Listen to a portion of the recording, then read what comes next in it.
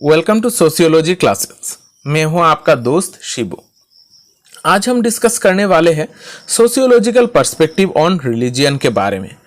हम रिलीजियन को बहुत सारे अलग अलग पर्सपेक्टिव से स्टडी कर सकते हैं, जैसे हम पढ़ते हैं functionalist point of view, conflict, symbolic interactionism, secular. ये सारे अलग अलग तरीके का पर्सपेक्टिव से हम रिलीजियन को पढ़ते हैं। ये सारे चीजें बेसिकली सोशियोलॉजिकल पर्सपेक्टिव के अंडर में ही आते हैं। यानी कि सोशियोलॉजी में हम जब रिलीजियन को पढ़ते हैं, सोशियोलॉजिकल पॉइंट ऑफ व्यू से पढ़ते हैं, तब इसको कहा जाता है सोशियोलॉजिकल पर्सपेक्टिव।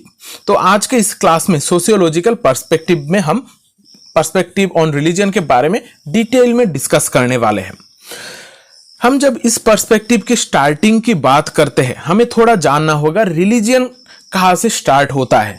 रिलीजियन एक ऐसी इंस्टीट्यूशन है जो ह्यूमन सोसाइटी की तरह ही पुराना है। ह्यूमन सोसाइटी जब से स्टार्ट हुआ है, लगभग उसी टाइम पीरियड से हमें रिलीजियन को देखने को मिलता है।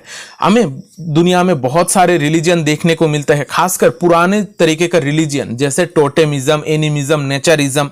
ये सारे जो रिलीजन है ये बहुत पुराने तरीके का रिलीजन है जो ह्यूमन सोसाइटी जब से है उसी टाइम से, लगभग उसी टाइम पीरियड से हमें ये सारे रिलीजियंस देखने को मिलता है।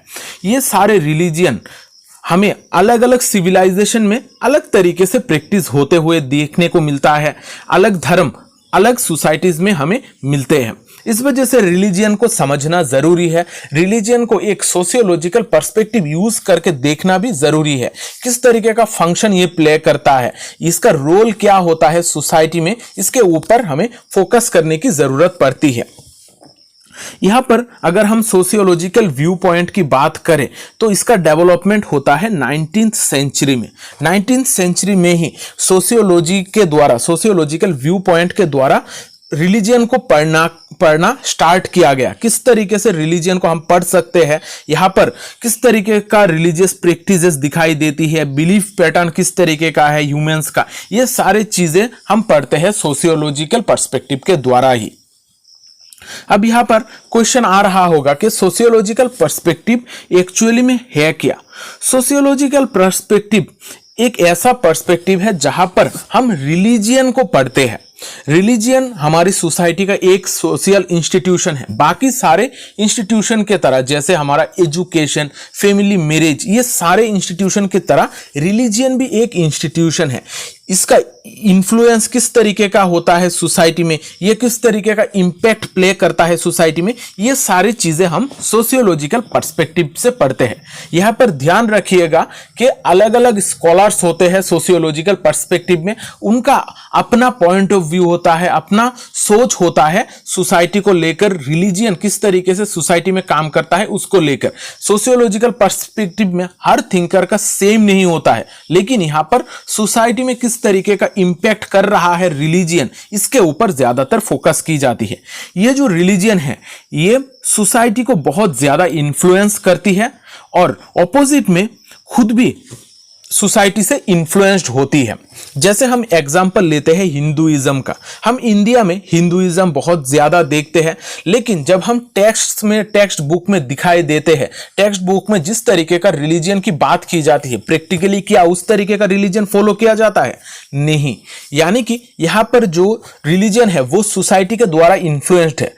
और हम ये भी देखते हैं कि हम खुद रिलीजियन से इन्फ्लुएंस्ड होते हैं। हमारा वैल्यू सिस्टम किस तरीके का होगा, हमारा तौर तरीका, लोगों के साथ हम किस तरीके से इंटरेक्ट करेंगे, ये सारी चीजें डिपेंड करता है हम कौन सी रिलीजियन को फॉलो कर रहे हैं। इस वजह से हम कह सकते हैं कि रिलीजियन जो है ये सोसाइटी को इन्फ्लुएंस करता है और ऑपोजिट में सोसाइटी के द्वारा भी रिलीजियन बहुत ज्यादा इन्फ्लुएंस्ड होता है। ये जो रिलीजियन है लोगों के सोशल बिहेवियर, उनका इंटरेक्शन पैटर्न को भी शेप करता रहता है। अब सोशियोलॉजिकल पॉइंट ऑफ व्यू से जब हम रिलीजियन को समझते हैं तो हमें दो तरीके से चीजों को देखने को मिलता है। दो अलग तरीके हैं जिसके द्वारा हम रिलीजियन को समझ सकते हैं, सोसाइटी में इसका इंपैक्ट को समझ सकते हैं। पहला है जहां पर हम अलग अलग तरीके का टेक्स्ट की बात करते हैं, लोग किस तरीके का प्रैक्टिस करते हैं, और जो राइटर्स है, पुराने जमाने के जो राइटर्स है वो रिलीजियन के बारे में क्या लिखते हैं। खासकर यहाँ पर जो अलग अलग टेक्स्ट है यानी कि धर्म ग्रंथ है उसके बारे में हम देखते हैं। यहाँ पर जैसे हिंदू में हम देखते हैं मनुस्मृति, रामायण, महाभारत, फिर मुस्लिम में कुरान, फिर क्रिश्चियन में हमें देखने को मिलता है बाइबल। ये सारे बुक में एक आइडियल टाइप ऑफ रिलीजियन की बात की जाती है कि रिलीजियन किस तरीके से होना चाहिए, रिलीजियन हमारा सोसाइटी के लिए किस वजह से ज़रूरी है, ये हमें किस तरीके से हेल्प करता है। ये सारी चीज़ें बुक्स में लिखी हुई है। ये प्रैक्टिकली होगा इस तरीके का कोई गारंटी नहीं है। इस वजह से वो एक पॉइंट ऑफ व्यू है जिसको हमें पढ़ना पड़ता है, और दूसरा ऐसा पॉइंट ऑफ व्यू है जहां पर हम चीज़ों को प्रैक्टिकली समझते हैं कि रिलीजन हमारी सोसाइटी में किस तरीके से प्रैक्टिकली इंपैक्ट करता है, इसका रोल क्या है हमारा सोसाइटी में, यहां पर कोऑपरेशन और कॉन्फ्लिक्ट में किस तरीके का रोल प्ले करता है रिलीजन। ये सारी चीजें जब हम अलग अलग पर्सपेक्टिव यूज करके पढ़ते हैं, ये हो जाता है हमारा रिलीजन को समझने का दूसरा तरीका। यहां पर दूसरे तरीके में बहुत सारे अलग अलग पर्सपेक्टिव है, जैसे conflict perspective, functionalist perspective, symbolic interactionism perspective, secular perspective. ये सारे अलग अलग पर्सपेक्टिव है जिसके द्वारा हम रिलीजियन किस तरीके का फंक्शन कर रहा है, कॉन्फ्लिक्ट में इसका क्या रोल है, ये सारी चीजें हम समझ सकते हैं। यहां पर जो दो इंपॉर्टेंट पथ है जिसके द्वारा हम रिलीजन को समझते हैं, पहला है टेक्स्ट यानी कि रिलीजियस टेक्स्ट, और दूसरा है डिफरेंट पर्सपेक्टिव्स। अब सोसाइटी में ये रिलीजन का क्या रोल रहता है, सोसाइटी को समझने के लिए हमें पहले उसका रिलीजन को थोड़ा बहुत समझना होगा, क्योंकि रिलीजन एक ऐसा मेजर इंस्टीट्यूशन है जो हमें लगभग हर सोसाइटी में देखने को मिलती है। यहाँ पर कुछ टेक्स्ट होते हैं जहाँ पर लिखे होते हैं कि किस तरीके का तौर तरीका के चलाने चाहिए या फिर प्रैक्टिस करने चाहिए। फिर यहाँ पर प्रैक्टिकली किस तरीके का घटनाएं घट रही है उसके ऊपर भी हमें ध्यान देना होता है। ओवरऑल किस तरीके का सोसाइटी में रोल रहता है रिलीजियन का, इसके ऊपर हम फोकस करते हैं। खासकर यहाँ पर कोऑपरेशन और कॉन्फ्लिक्ट में रिलीजियन का क्या रोल रहेगा, सोशल कोहेशन में किस तरीके का रोल रहेगा, और अलग अलग सोशल इंस्टीट्यूशन जैसे इकोनॉमी, पॉलिटी और लॉ, ये सारे चीजों में रिलीजियन का क्या रोल रहेगा, ये हम स्टडी करते हैं सोशियोलॉजिकल पर्सपेक्टिव में। रिलीजियन एक ऐसा फ्रेमवर्क हमें प्रोवाइड करता है जहां पर सोशल ऑर्गेनाइजेशंस किस तरीके से काम करेंगे, यहां पर सोशल एक्टिविटीज लोगों का किस तरीके का होगा, उनका वैल्यूज किस तरीके का होंगे, ये सारी चीजें डिसाइड किया जाता है रिलीजन के द्वारा ही, क्योंकि रिलीजन के द्वारा ही हम प्राइमरीली सबसे ज्यादा इन्फ्लुएंस्ड होते हैं। इसके अलावा भी बहुत सारे फैक्टर है, लेकिन यहां पर हम रिलीजन के बारे में पढ़ रहे हैं तो रिलीजन के ऊपर ही हम फोकस करेंगे। यहां पर रिलीजन एक ऐसा मेजर सोशल इंस्टीट्यूशन है जो हमारे इंटरैक्शन पैटर्न को समझने में मदद करता है, यानी कि रिलीजन का रोल हमारी सोसाइटी में बहुत ज्यादा है और बहुत ज्यादा इंपैक्ट हम इसके देखते हैं। खासकर अगर हम इंडिया में देखते हैं तो यहां पर बहुत सारे ग्रुप्स के बीच में कॉन्फ्लिक्ट हमें देखने को मिलता है रिलीजन के बेसिस पर। इस वजह से रिलीजन बहुत एक इंपॉर्टेंट चीज बन जाती है सोसाइटी में। अब यहां पर एक इंपॉर्टेंट अप्रोच है सेकुलर अप्रोच।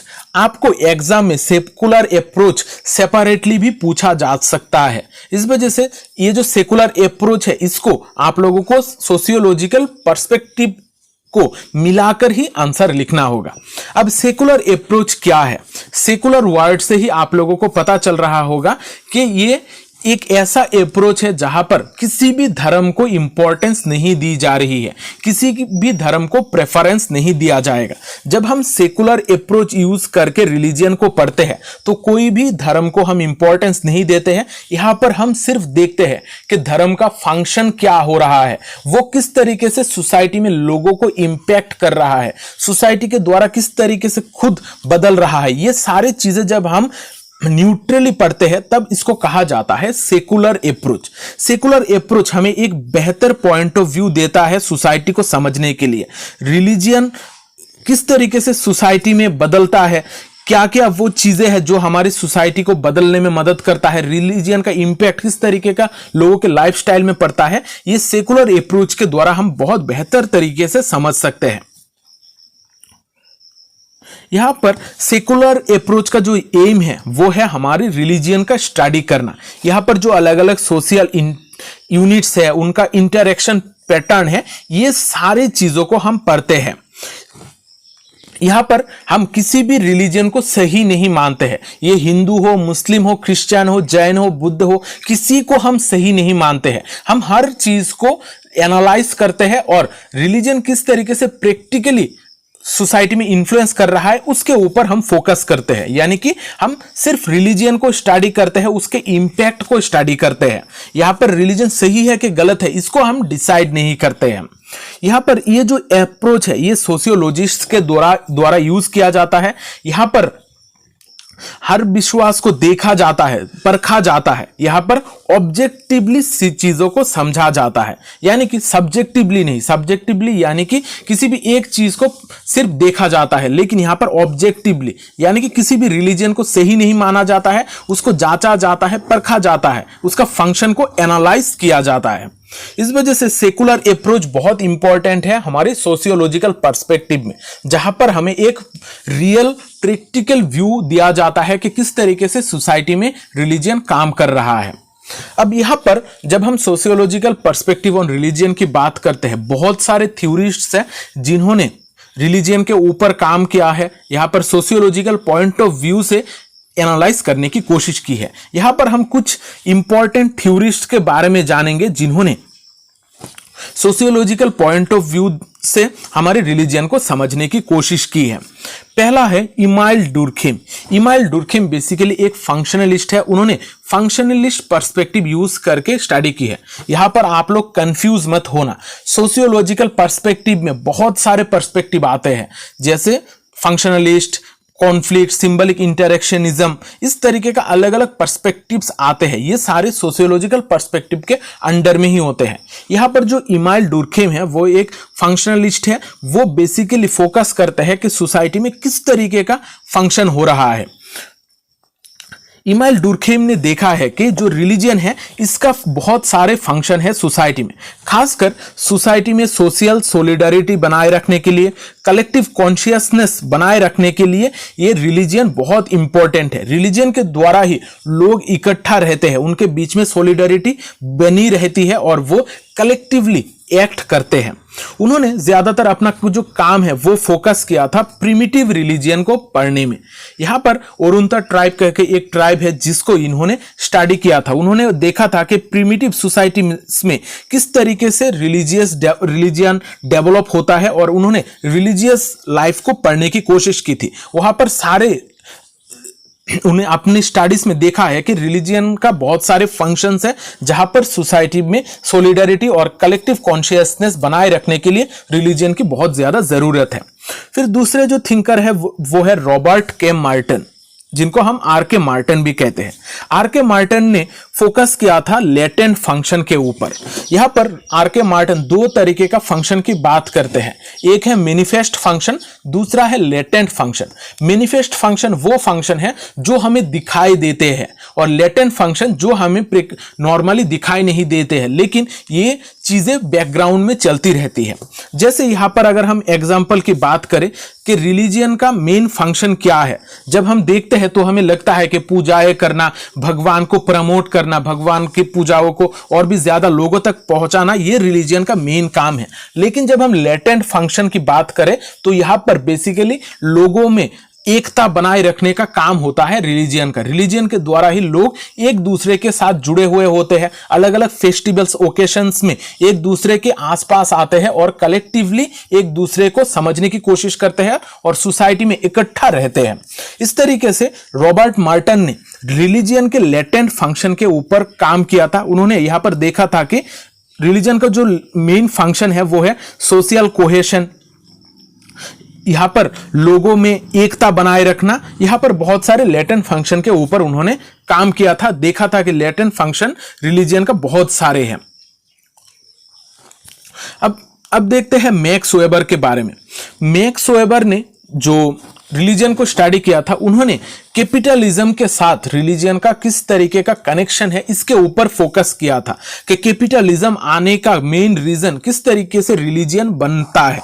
यहाँ पर उनका एक सबसे इंपॉर्टेंट बुक है Protestant ethics and the spirit of capitalism. ये बुक में उन्होंने दिखाया था कि रिलीजियन किस तरीके से इकोनॉमिक बिहेवियर के साथ कनेक्टेड है। कैपिटलिज्म के आने का, कैपिटलिज्म का डेवलपमेंट का मेन रीजन ही है रिलीजियस बिलीफ। यहाँ पर उन्होंने प्रोटेस्टेंट्स की बात की थी जिन्होंने कैपिटलिज्म लाया था, जिनके वजह से सोसाइटी में कैपिटलिज्म आया, और वो भी उनके धर्म के वजह से, धर्म का बिलीफ की वजह से। ये सारे जो चीजें हैं हमने ऑलरेडी कवर कर ली है। आप लोग अलग अलग सेपरेट क्लासेस देख सकते हो, इमाइल डुर्खेम के रिलेटेड, मैक्स वेबर के रिलेटेड, वहां पर आप चीजों को डिटेल में देखोगे। यहाँ पर सिर्फ हम सोशियोलॉजिकल पर्सपेक्टिव में कौन से थिंकर है, उनका मेन पॉइंट्स क्या है, इसके ऊपर फोकस कर रहे हैं। फिर हम देखते हैं टैलकट पार्सन। टैलकट पार्सन का एक बहुत इंपॉर्टेंट थ्योरी है एजाइल पैराडाइम। एजाइल पैराडाइम में किस तरीके से लोग सोसाइटी में रहते हैं, फंक्शन करते हैं, इसके बारे में उन्होंने बात की है। उन्होंने देखा है कि जो रिलीजियन है, रिलीजियन बहुत इंपॉर्टेंट बन जाता है हमारा सोसाइटी में, सोसाइटल वैल्यूज के लिए। लोगों का वैल्यू किस तरीके का होगा, यहाँ पर लोगों का, सोसाइटी का नॉर्म्स किस तरीके का होगा, ये सारे चीजें डिसाइड किया जाता है रिलीजियन के द्वारा। यानी कि उनका जो एजाइल पैराडाइम है, एडाप्टेशन, गोल अटेनमेंट, इंटीग्रेशन, लेटेंसी, ये सारे स्टेजेस में रिलीजियन का इन्फ्लुएंस होता है। लोग सोसाइटी में एडाप्ट करने की कोशिश करते हैं रिलीजियन के द्वारा। यहाँ पर कुछ गोल सेट किया जाता है, वो भी इन्फ्लुएंस्ड होते हैं हमारा रिलीजियन के द्वारा। यहाँ पर हमारे इंटीग्रेशन करता है रिलीजियन, और साथ ही साथ कुछ लेटेंट फंक्शन भी होते हैं हमारा रिलीजियन का। यानी कि ये सारे जो उनका एजाइल पैराडाइम है, यहाँ पर उन्होंने दिखाया है कि रिलीजियन किस तरीके से सोसाइटी में वैल्यूज क्रिएट करता है, सोसाइटी में सोशल नॉर्म्स को एस्टैब्लिश करने में, और साथ ही साथ इसको प्रैक्टिस में लाने में किस तरीके का इंपॉर्टेंट रोल है। यहाँ पर ये जो 4 इंपॉर्टेंट थ्योरिस्ट्स है, इनको आप लोग एग्जाम में जरूर लिखना, आपको बेहतर मार्क्स मिलेंगे। इनका जो इंपॉर्टेंट कॉन्सेप्ट है, ये थोड़ा बहुत लिख देना अगर आपका एग्जाम में सोशियोलॉजिकल पर्सपेक्टिव से क्वेश्चन आया। अब कंक्लूजन में हम यही कह सकते हैं, ये जो सोशियोलॉजिकल पर्सपेक्टिव ऑन रिलीजियन है, इसका बहुत सारे अलग अलग मल्टीफेस्टेड फेनोमेना है। यहाँ पर हम माइक्रो लेवल पे भी इंपैक्ट देखते हैं रिलीजियन का, साथ ही साथ मैक्रो लेवल, माइक्रो लेवल, ये सारे लेवल पर, यानी कि बड़े लेवल पर भी इसका इंपैक्ट है, छोटे लेवल पे लोगों के बीच में कम्युनिकेशन, इंटरेक्शन में भी हमें ये सारे रिलीजियन का इंपैक्ट देखने को मिलता है। ये जो पर्सपेक्टिव है, सोशियोलॉजिकल पर्सपेक्टिव है, इसका मेन एम ही है रिलीजियस रोल को समझना। यहां पर किस तरीके से सोशल नॉर्म्स को शेप किया जा रहा है रिलीजन के द्वारा, लोगों के बिहेवियर अलग अलग इंस्टीट्यूशन के साथ किस तरीके का लिंक है रिलीजन का, ये सारी चीजों को यहाँ पर पढ़ा जाता है। यहाँ पर किस तरीके से सोसाइटी में बदलाव आने के बाद भी रिलीजन बना रहता है, उसका क्या प्रैक्टिसेस और बिलीफ्स होते हैं, ये सारे पैटर्न को पढ़ा जाता है सोशियोलॉजिकल पर्सपेक्टिव में। अगर हम सिंपली वन लाइन में कहें तो सोशियोलॉजिकल पर्सपेक्टिव में रिलीजन किस तरीके से प्रैक्टिकली काम करता है, प्रैक्टिकली फंक्शन करता है, उसके बारे में फोकस किया जाता है। तो आज का ये जो क्लास है यहां पर ही खत्म करता हूं। आशा करता हूं इस क्लास से आप लोगों को फायदा हुआ है। यहां पर एग्जाम में 2 तरीके का क्वेश्चंस पूछे जाते हैं। एक है आप लोगों को फंक्शन सोशियोलॉजिकल पर्सपेक्टिव या फिर सोशियोलॉजिकल अप्रोच के बारे में पूछा जाएगा, तो भी यही आंसर होगा। दूसरा है सेकुलर अप्रोच के बारे में पूछा जाएगा। जब आपको सेकुलर अप्रोच के बारे में पूछा जाएगा तो आप सोशियोलॉजिकल पर्सपेक्टिव का रेफरेंस लेकर ही सेकुलर अप्रोच का आंसर कर सकते हो। ये जो क्वेश्चन है ये बहुत इंपॉर्टेंट है, बहुत बार ये एग्जाम में आ चुका है। इसको थोड़ा केयरफुली देखिएगा और की पॉइंट्स जो है वो नोट डाउन जरूर कर लीजिएगा। तो आज का क्लास यहाँ पर ही खत्म करता हूं। अगर क्लास अच्छा लगा है तो वीडियो को लाइक और शेयर जरूर करना, क्योंकि शेयरिंग इज केयरिंग। मिलते हैं अगली क्लास में, तब तक अच्छे रहिए, स्वस्थ रहिए और लोगों में प्यार बांटते रहिए। जय हिंद।